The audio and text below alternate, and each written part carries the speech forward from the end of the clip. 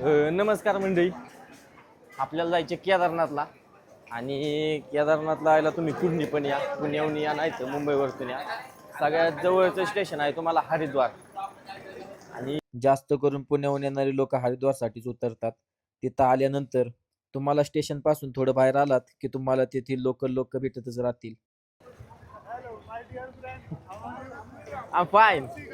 आणि बऱ्यापैकी तुम्हाला सगळं सांगतील की कुठून कसं जायचं आणि कसा प्रवास करायचा. देवप्रयाग संगम में ये मेन संगम दिख रहा है। हाँ वो संगम होता है ना उधर. ठीक है, हाँ यहाँ रोकेंगे गाड़ी, यहाँ आप नीचे चले जाना, नीचे से कवर करके वापस आओगे गाड़ी में बैठ करके श्रीनगर रुद्रप्रयाग होते हुए सीधा पहुँचोगे सोनप्रयाग में। आप सोनप्रयाग में आपका आज का पहला नाइट स्टे सोनप्रयाग हो जाएगा। सेकंड डे आपने क्या करना है, सोनप्रयाग से गौरीकुंड के लिए शटल सेवा मिलेगी आपको। उधर 50 रुपये करके एक आदमी का जाएगा, गौरीकुंड छोड़ेगा वो आपको। गौरीकुंड से केदारनाथ का टोटल आपका 20 से 22 किलोमीटर का ट्रैक रहने वाला है। आप अगर सवेरे इधर से 4 से 5 बजे निकलते हो तो 2 से 3 बजे ऊपर बढ़िया करके आराम से टच हो जाओगे। इधर का आपका आरती होगा और केदारनाथ का दर्शन करके इधर नाइट हो जाएगा आपका दूसरा। तीसरे दिन आपने सवेरे जल्दी सवेरे उठना है, दर्शन करना है, आरती करना है। आरती करके अपना ऊपर भैरव घाटी का मंदिर जो बना है उसे कवर करके आकर के वापसी नीचे उतरना है। हमको वासु की ताल भी जाने का है ना। वासु की ताल तो फिर आपको टाइम लगेगा, आपका नहीं हो पाएगा वासु की ताल, क्यों लंबा ट्रैक है, नहीं हो पाता वासु की ताल। एवढं पण जाऊन उपयोग काय आपण आलो तर नाही. ये ठीक है ना। तो आपका केदारनाथ मान के चलो दूसरे दिन अपना वहाँ से निकल गए तो आप शाम तक यहाँ आ जाओगे।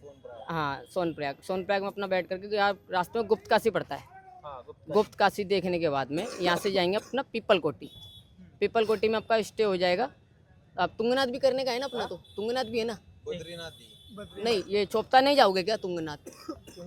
ट्रेक कितने है उधर? 4 किलोमीटर का है, आपका दिन कवर हो जाएगा ना इसलिए। हो जाएगा. ठीक है, तो आपका तीसरा स्टे यहाँ ओखीमठ में है। ओमकारेश्वर का मंदिर है, केदार बाबा का डोली 6 महीने ओखीमठ में आता है। ठीक है, ये देखने के बाद में अगले दिन आपने जाना है तुंगनाथ यानी कि चोपता। ये चोपता अपना दर्शन करना है, तुंगनाथ कवर करके पीपल कोटी जोशीमठ यहाँ कहीं पे आपका स्टे हो जाएगा चौथा। पाँचवें दिन यहाँ से जाएंगे डायरेक्टली बद्रीनाथ। बद्रीनाथ जी गाड़ी जाती है मंदिर के पास, 500 मीटर चलना पड़ता है। अपना दर्शन करना है, दर्शन कवर करके अच्छे घूम फिर के वापसी नीचे आना है। जोशीमठ में आदि बद्री मंदिर पड़ते हैं, 6 महीने की जहाँ पूजा होता है बद्रीनाथ जी का, वो स्थल है। उसे घुमाने के बाद में आपको रास्ते में नंद प्रयाग संगम, करण प्रयाग संगम, रुद्र प्रयाग संगम और धारी देवी टेम्पल पड़ता है। धारी देवी में आप नीचे जा सकते हैं। धारी देवी देखते हुए आपका वापसी में हरिद्वार आपको छोड़ेंगे। हरिद्वार से आपका आगे का ट्रेन जो है वो नया से सुनो बैठ ना, कर अगर आज हम हरिद्वार से इधर से हम सीधा सोनप्रयाग सोनप्रयाग को हम कितने बजे पहुंचेंगे? लमसम 9 घंटे मान के चलिए। 9 घंटे से उधर हम इधर जा सकते हैं क्या गौरीकुंड? हाँ स्टे कर सकते क्योंकि हैं, आज ही जाना है हमको. आज ही चले जाओगे, कोई दिक्कत नहीं है। इधर हरिद्वार में ना गंगा आरती इधर किधर है यार? आपका जो 7वां दिन होगा, 7वें दिन की शाम को 6 सवा 6 बजे करीब आरती होती है। सुबह भी अब- होती है ना? सवेरे मॉर्निंग में 5 बजे होती है। मग ती घेऊ की 5 वाजता? और वो दाम कितने हुए इसमें दाम? धाम 2 धाम, केदारनाथ और बद्रीनाथ, बद्रीनाथ. ये 2 धाम है। रास्ते के 5 प्रयाग, धारी देवी का मंदिर, जोशीमठ, गुप्त काशी, तुंगनाथ, ये आपका पूरा पैकेज है।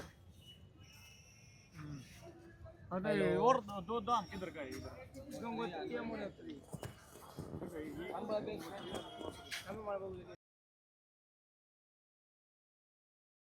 आकाश सिद्धीच्या पोराला विचारा पहिलं. आमचे जर इथे येऊन लागले चांगली जोरात.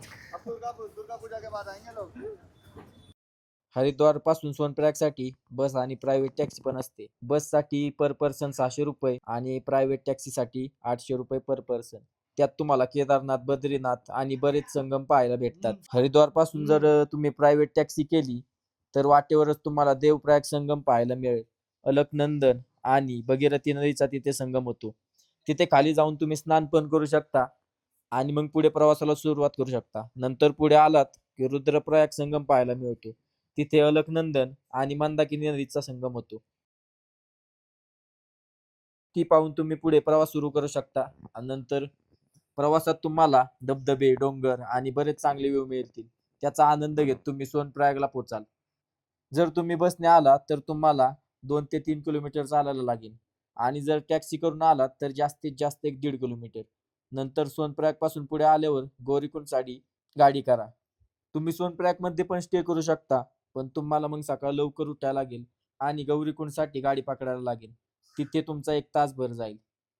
त्यापेक्षा तुम्ही ज्या दिवशी येणार आहे त्याच दिवशी सोनप्रयाग पासून गौरीकुंडसाठी गाडी पकडा. ते अंतर काय फक्त 4 ते 5 किलोमीटर आहे. तिथे गेल्यानंतर रूम घ्या, फ्रेश व्हा आणि त्या रात्री तिथेच झोपा. गौरीकुंडापासून पुढचा प्रवास आपण पुढच्या व्हिडिओमध्ये सांगू. व्हिडिओ आवडल्यास एक लाईक करा आणि सबस्क्राईब नक्की करा.